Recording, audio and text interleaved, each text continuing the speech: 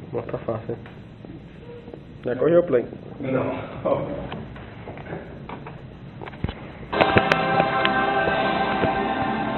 Today we are taking you underwater with skin diving, into the sky with hand gliders, and then back down to earth to talk about gymnastics. We have all seen pictures of shipwrecks lying on the ocean floor. They make an impressive sight, those colossal gutted carcasses. But no more so than the sight of teams of divers moving about the wreckage as freely as curious fish. For years, the diving suit was used, but this system has a major disadvantage. Divers attached to a long tube that supply them with oxygen are limited in their movements. Diving suits are still used, but most divers now prefer the Aqualung, which was developed some 40 years ago by the French sea captain Jacques Cousteau.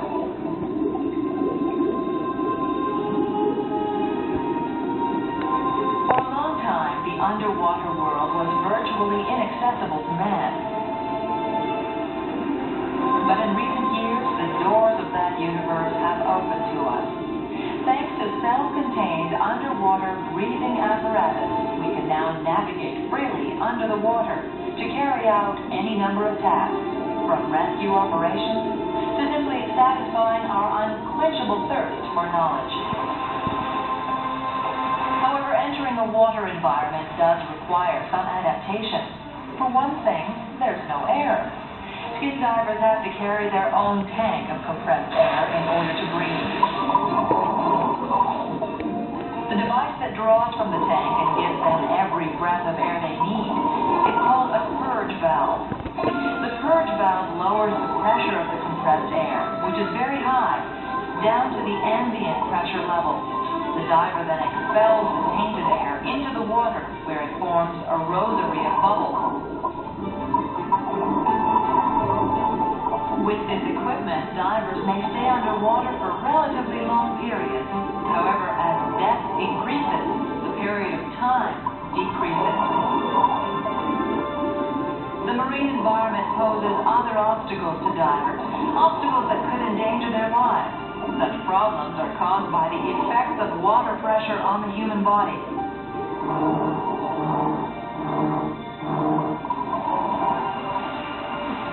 Underwater, just like above water, objects are constantly subjected to pressure. Atmospheric pressure. That pressure comes from the weight of the immense mass of air in the atmosphere. That mass of air exerts dozens of tons of weight on our bodies. But we are perfectly adjusted to the pressure and do not feel it. But as a diver goes deeper into the water, the pressure he is subjected to quickly increases.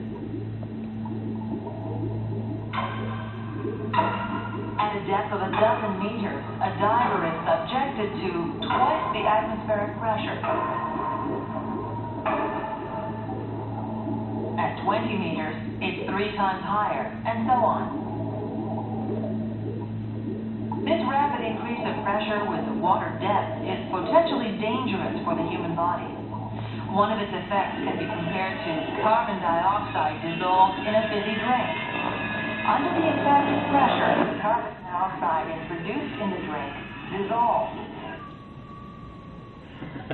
Something similar occurs when the diver is subjected to an increasing water pressure. Under the effect of the pressure, part of the air the diver breathes dissolves in his body tissues and liquids.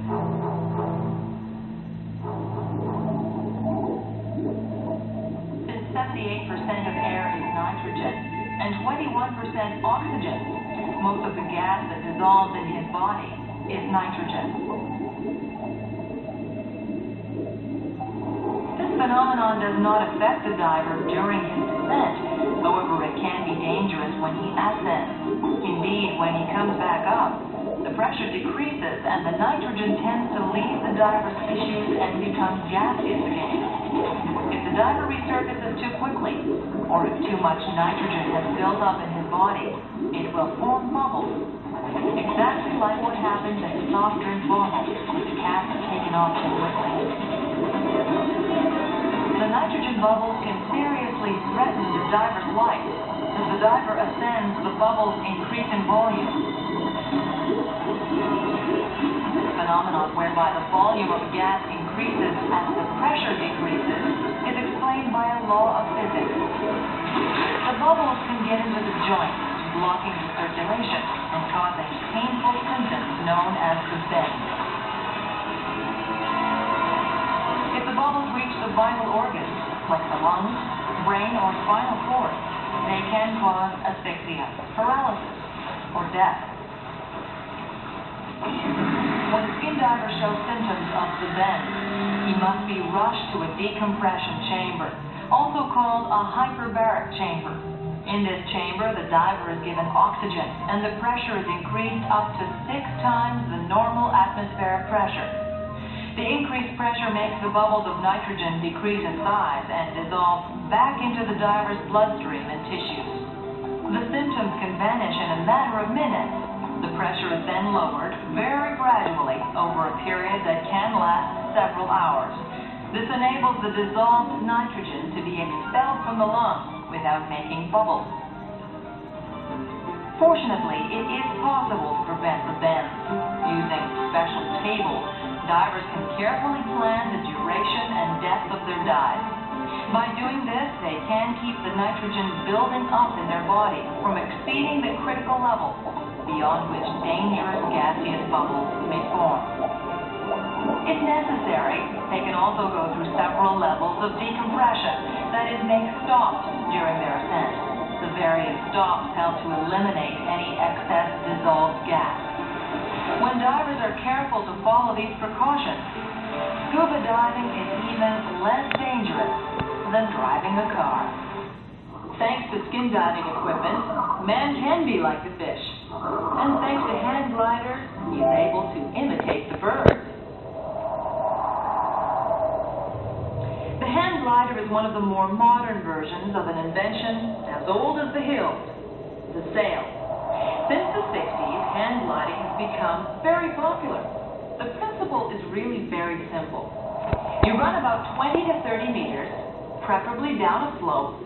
You pick up speed until you can lean against the air and lift off the ground. Then all you have to do is make the most of the ascending air currents to remain airborne as long as possible. The air around us is more than a mere gaseous mixture vital for our survival. For many of us, that invisible gas is the source of a whole range of thrills and chills. It is thanks to the air and its movement that sailboats crisscross the oceans and gliders and hand gliders seem to defy the laws of gravity. The popularity of these sports is due in part to the progress made in building techniques and the new materials used. But it's also due to a better knowledge of the physical laws governing the movement of air masses. Although sailboats have been around for ages, it was only recently that the principle of their propulsion became known. A sail is subjected to 2 different forces. The first of these forces is the pressure of the air exerted behind the sail. That pressure is the result of the frantic movement of the molecules of air colliding and bouncing off each other, a little like billiard balls. Since the sail exerts a resistance to the wind, the air molecules tend to concentrate behind it. In this area, the air molecules are closer together than at the front of the sail, so they collide more often. This heightened agitation of the air molecules causes the sail to swell and gives it a push forward. However, contrary to what we might think, the push is not the most important of the forces that affect the sail. Indeed, a sailboat's movement is often the result of a principle of physics called Bernoulli's principle, after the Swiss mathematician who formulated it 250 years ago. Bernoulli's principle states that the narrower the channel through which a moving gas or liquid flows, the greater its velocity, but the less pressure it exerts. Bernoulli's principle only applies when the sail swells, and its outer surface is curved. When this occurs, the flow of air over the outer surface of the sail has a narrower pathway than across the inside surface. The velocity of the air flowing over the outer side increases, hence the pressure it exerts decreases. A veritable vacuum is created in front of the sail.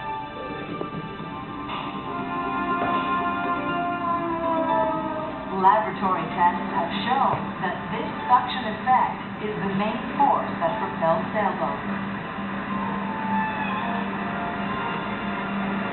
Bernoulli's principle enables modern sailboats to achieve feats that at first glance seem impossible.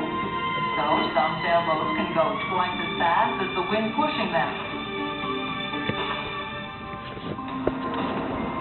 Moreover, although sailboats cannot head directly into the wind, they can be made to do so to a certain degree. The lateral force the wind exerts on the sail is offset by an opposite force exerted by the water on the boat's keel. Instead of being pushed over on its side, the sailboat is thrust forward. By tacking, that is, zigzagging in the opposite direction of the wind, the sailboat can manage a heading exactly opposite to the direction of the wind.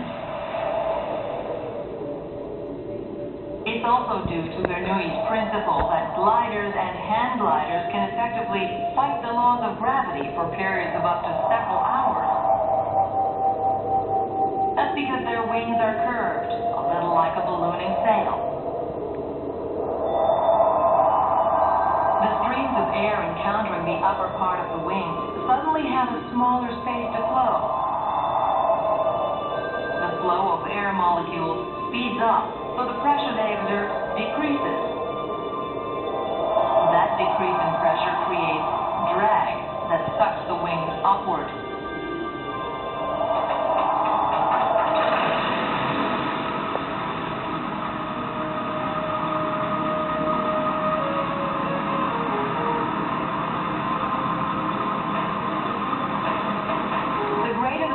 Of the air molecules over the wing surface, the greater the impact of Bernoulli's principle.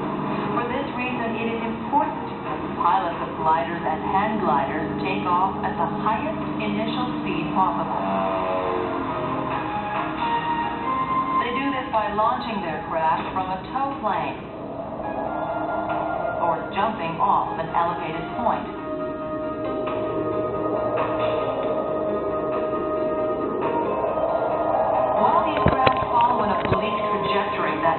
Or later will bring them back down to Earth.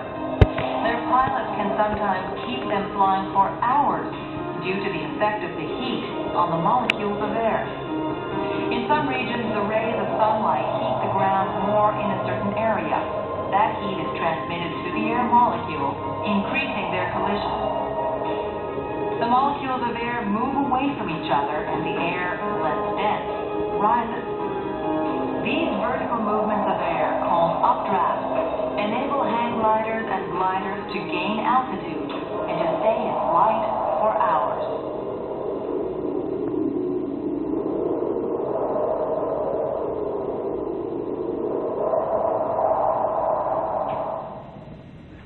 Am I giving you a rough time? After seasickness, now I'm giving you air sickness? Well, let's get back down to Earth. Here, the sophisticated, cutting-edge equipment we're going to talk about is the human body. Whether it's a triple backward somersault or just a few tango steps, all our motor skills depend on our ability to position our body in space and to maintain our balance.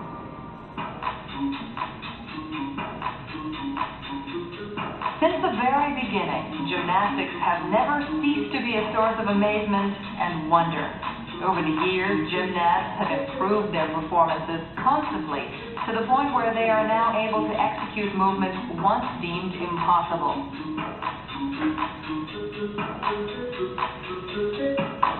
The training of these exceptional athletes requires a rigorous selection process and sustained coaching.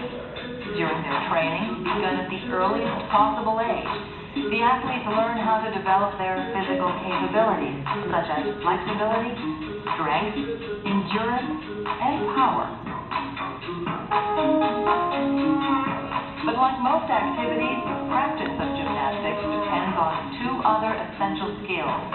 These skills, called motor skills, are the capacity to position one's body in space and to maintain one's balance.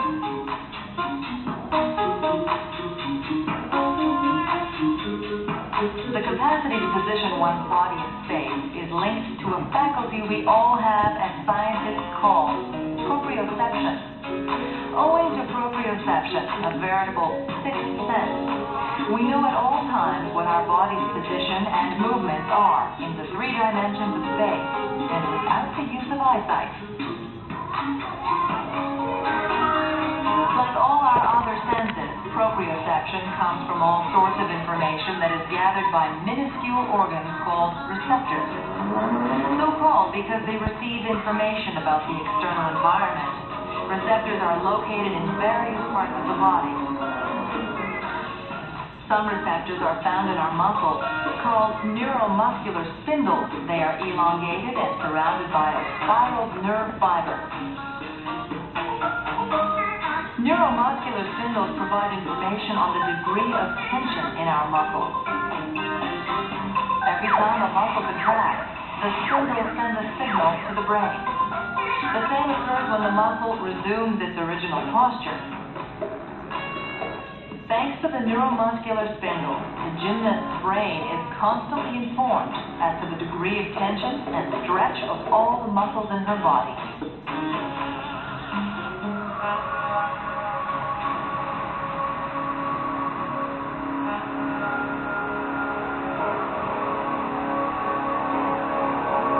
The joints also have their own specialized receptors. These receptors go into action when a joint opens or closes.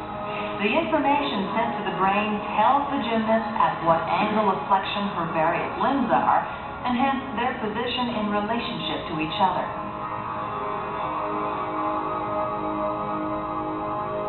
Proprioception is also based upon a tiny organ nestled in the inner ear, the vestibular system. The vestibular system consists of 3 semicircular canals filled with fluid and having tufts of sensitive hair cells at their base. 2 small vesicles are attached to the canals, the utricle and the saccule, which also have hair cells. The vestibular system serves to assess the head and torso's posture and movement in relationship to the vertical axis. When the gymnast bends her head or torso, the vestibular system fluid and hair cells at first remain motionless due to their inertia. Then they go into motion and resume their initial position. By moving, the hair cells transmit nerve impulses to the brain. All this information enables the brain to draw a veritable mental diagram of the body and to control its movements with precision. In addition to enabling the gymnast to position her body in space, proprioception ensures another vital skill, maintaining balance. For there to be balance, the gravity exerted on the body must be counterbalanced by an equal and opposite force. The human body is an unstable structure. Left to itself, it would not be able to remain upright and offset gravity. To ensure balance, signals from the muscles, joints, and vestibular system are sent along to the cerebellum, located behind the brain.